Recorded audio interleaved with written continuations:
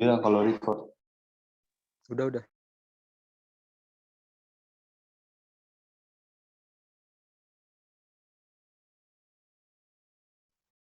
Assalamualaikum warahmatullahi wabarakatuh.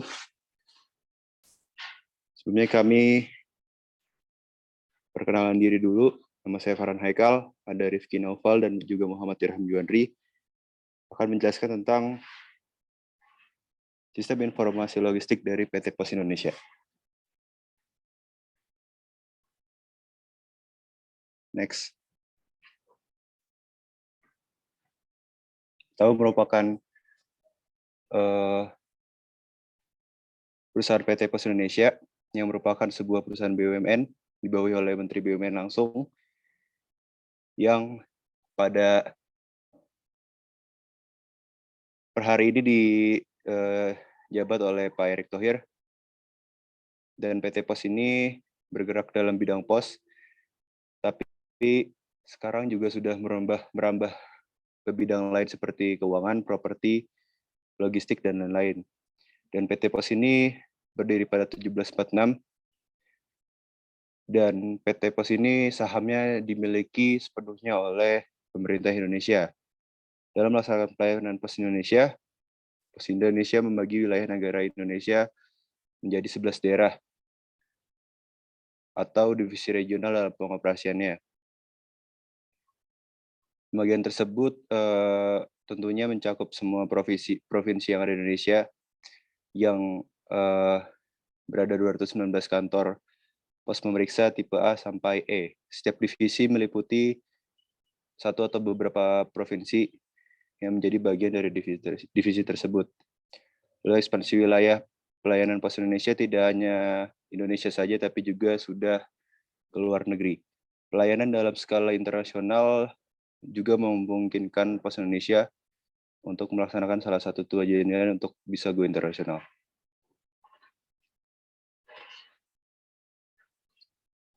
Proses bisnis logistik pada PT Indonesia, customer memberikan paket pos atau surat pos ke tempat-tempat pos terdekat. Lalu paket tersebut disimpan dan ditaruh di gudang. Lalu paket tersebut akan dipilah lagi untuk mencari yang sama daerah regionalnya, lalu di packing untuk dipersiapkan ke shipping ke pengiriman. Setelah itu dikirim sesuai regional serta alamat dari masing-masing paket. Pengiriman melalui via darat, laut, maupun udara.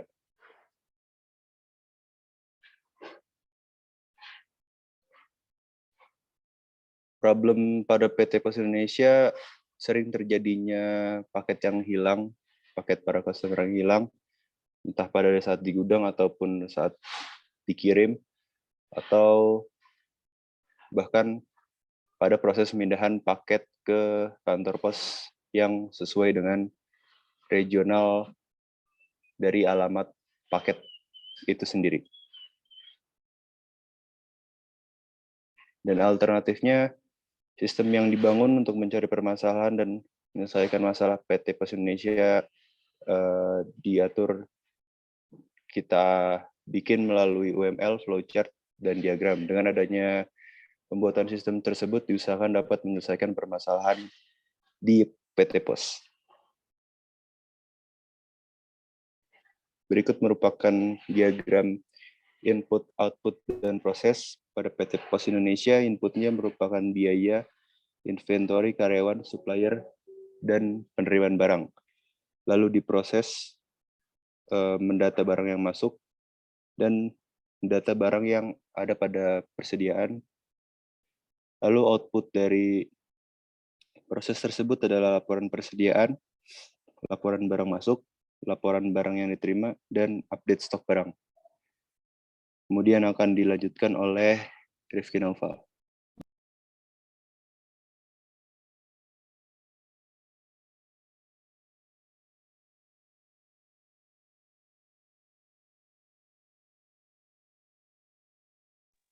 Selanjutnya use case diagram, yaitu di sini ada dua orang. Yang pertama karyawan, yaitu tugasnya pengecekan persediaan barang pendataan barang yang masuk, pembuatan list pembelian dan transaksi. Dan untuk ownernya yaitu pengelolaan data karyawan, pengecekan data barang, dan menerima laporan barang.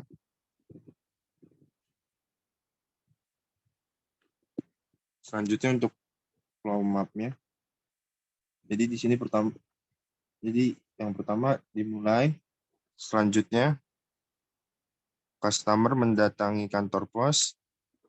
Selanjutnya customer memberikan paket atau surat ke kantor pos. Selanjutnya customer membayar secara tunai. Dilanjutkan ke bagian penerimaan, menerima paket atau surat customer. Selanjutnya menanyakan perihal pembayaran ke customer. Selanjutnya bukti pembayaran. Selanjutnya customer membayar secara online. Selanjutnya disimpan di gudang.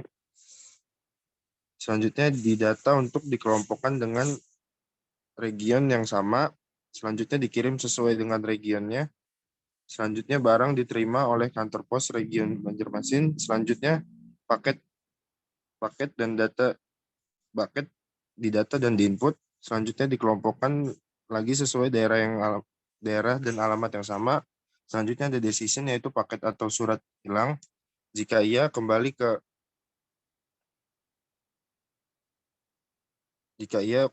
bagian penerimaan, menerima paket atau customer. Jika tidak, barang dikirim sesuai alamat. Selanjutnya paket atau surat diterima.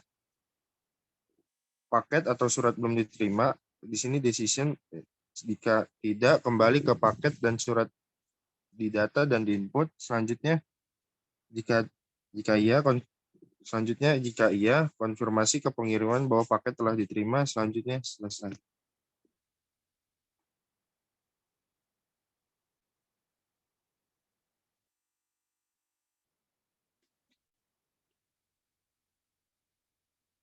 Selanjutnya ada IRD. Yang pertama customer, yaitu ada nama, nomor telepon, dan alamat. Selanjutnya untuk customer mengirimkan bukti pembayaran, tanggal mengirimkan, dan alamat penerima. Selanjutnya kantor pos pusat, itu ada alamat, data paket atau surat. Selanjutnya nomor telepon dan transportasi. Dan untuk pengirimannya yaitu nama supir, transportasinya, jam keberangkatan, tanggal dikirim, dan selanjutnya untuk kantor regional Banjarmasinnya itu alamat kantor, nomor telepon, data-data daerah dan alamat di Banjarmasin. Selanjutnya untuk pengirimannya yaitu nomor atau kode pos, alamat yang dituju. Selanjutnya untuk penerimanya yaitu nama, alamat, nomor telepon, nomor atau kode pos.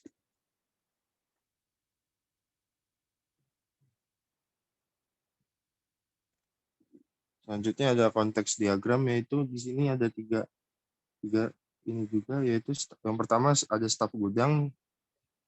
Staf gudang menginput data yang masuk dan dikirim ke sistem pemasukan barang dan pendataan barang di inventory. Selanjutnya supplier mengkonfirmasi barang telah dikirim ke sistem pemasukan barang dan pendataan barang di inventory. Selanjutnya pimpinan mengonfirmasi barang yang akan masuk. Selanjutnya staf gudang. Selanjutnya sistem pemasukan barang dan inventory mengirim hasil data barang ke staf gudang. Selanjutnya sistem pemasukan barang dan pendataan barang di inventory mengirim dokumen penerimaan kepemimpinan.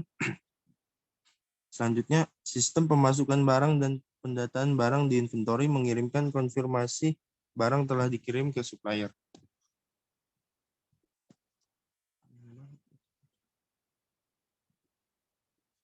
Selanjutnya untuk DFD-nya yaitu pertama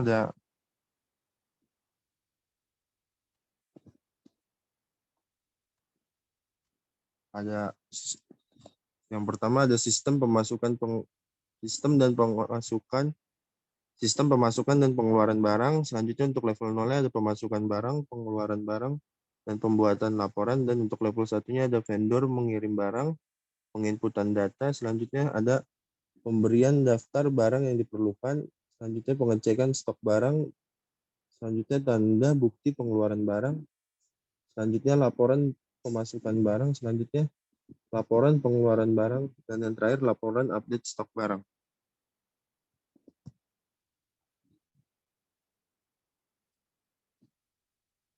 Selanjutnya ada hasil di DFG level 0. Yang pertama staf gudang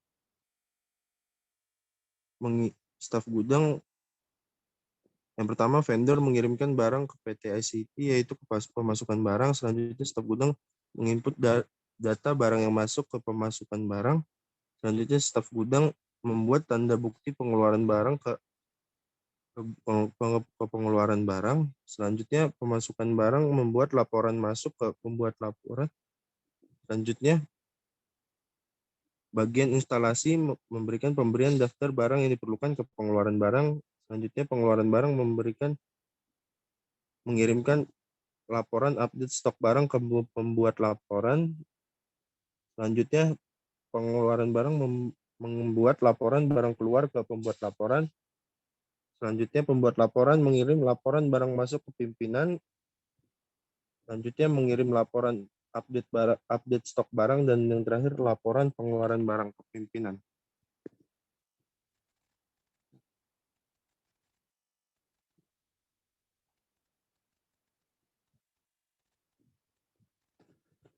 Selanjutnya untuk hasil DFG level 1-nya itu yang pertama vendor mengirim barang ke PT ICT, yaitu dimasukkan ke pemasukan barang. Selanjutnya dari pemasukan barang membuat laporan barang masuk. Selanjutnya dari pemasukan barang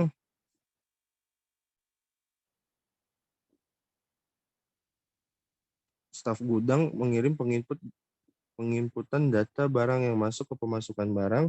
Selanjutnya dari pemasukan selanjutnya dari staf gudang membuat tanda bukti pengeluaran barang ke pengeluaran barang. Selanjutnya staf gudang melakukan pengecekan dan pengeluaran barang ke Selanjutnya bagian instalasi memberikan pemberian daftar barang yang diperlukan ke pengeluaran barang. Selanjutnya dari pengeluaran barang membuat laporan update stok barang ke pembuat laporan. Selanjutnya membuat laporan barang keluar. Selanjutnya bagian pemasaran.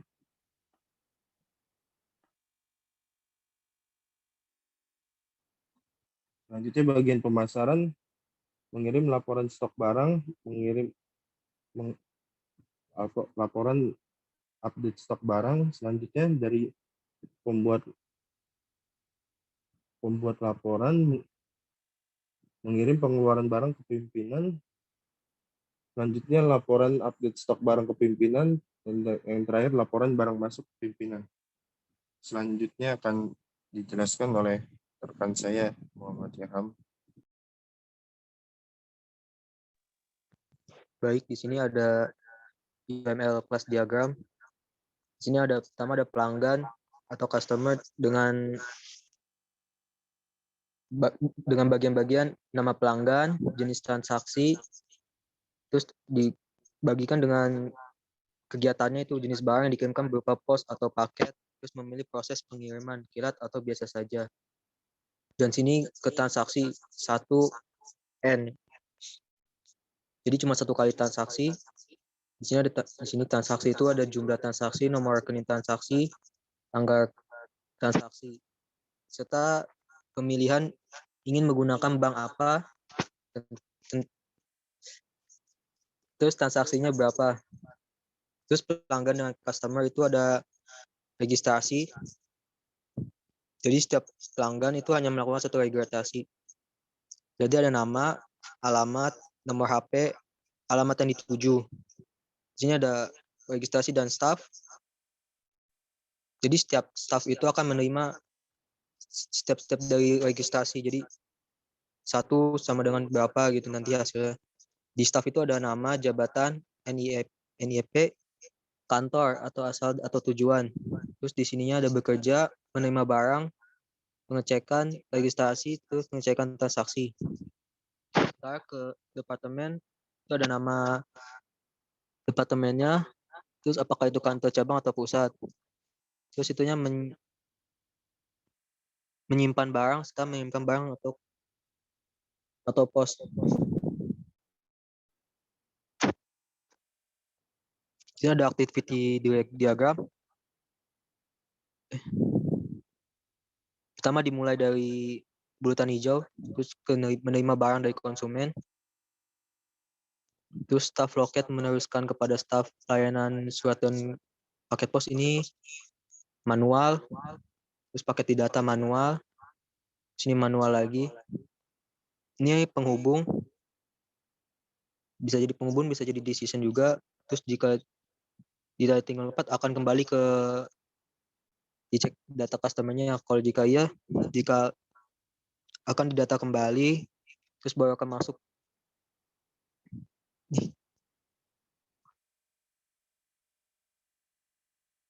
Diteruskan ke bagian pergudangan, terus barang diterima. Di sini ada 2 kegiatan yang berlangsung. Jadi di sini ada yang persegi ini untuk menyambungkan 2 kegiatan yang berlangsung nih secara bersamaan. Terus yang terakhir, pengiriman barang sesuai daerah yang dituju. Yang terakhir dengan yang bulatan hijau. Di sini sama, yaitu state chart diagram. Konsumen datang untuk memberikan barang yang akan dikirim. Ini itu dijadwalkan, terus diterima barangnya, menerima barang dari konsumen. Ini manual juga, staf meneruskan kepada staf pelayanan surat dan paket pos. Terus habis diterima ke paket data, datanya dipaket. Terus paketnya dilihat ke depannya. Jadi ada arus bolak-balik. Terus itu ke sini, habis paket di data terus ke sini, data kembali untuk dimasukkan ke pengiriman sesuai dengan alamat yang dituju. Terus diteruskan ke bagian pergudangan atau warehouse, terus barang diterima oleh staf gudang. Barang akan dikelompokkan dengan barang yang sesuai regional masing-masing, terus persiapkan untuk dikirimkan. Sebelum itu juga mempersiapkan barang atau kendaraan yang akan diangkut, terus persiapan pengiriman dan pengiriman barang sesuai daerah yang dituju.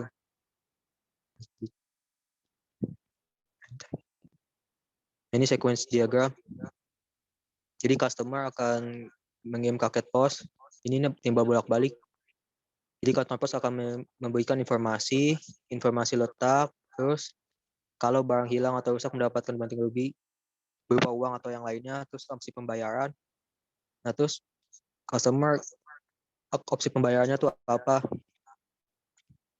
Dan seterusnya itu kantor pos dengan PT Pos Banjarmasin. Itu 7 paket atau dikumpulkan dengan yang sedaerah. Terus paket atau surat dimasukkan transport.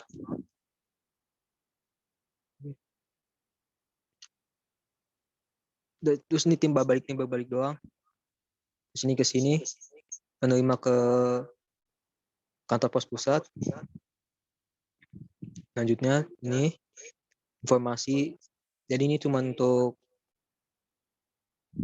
paket itu belum diterima atau belum, terus ini paket telah diterima. Ini cuma ketimbal balik doang. Udah, sekian dari kelompok kami. Kurang lebihnya mohon maaf. Assalamualaikum warahmatullahi wabarakatuh.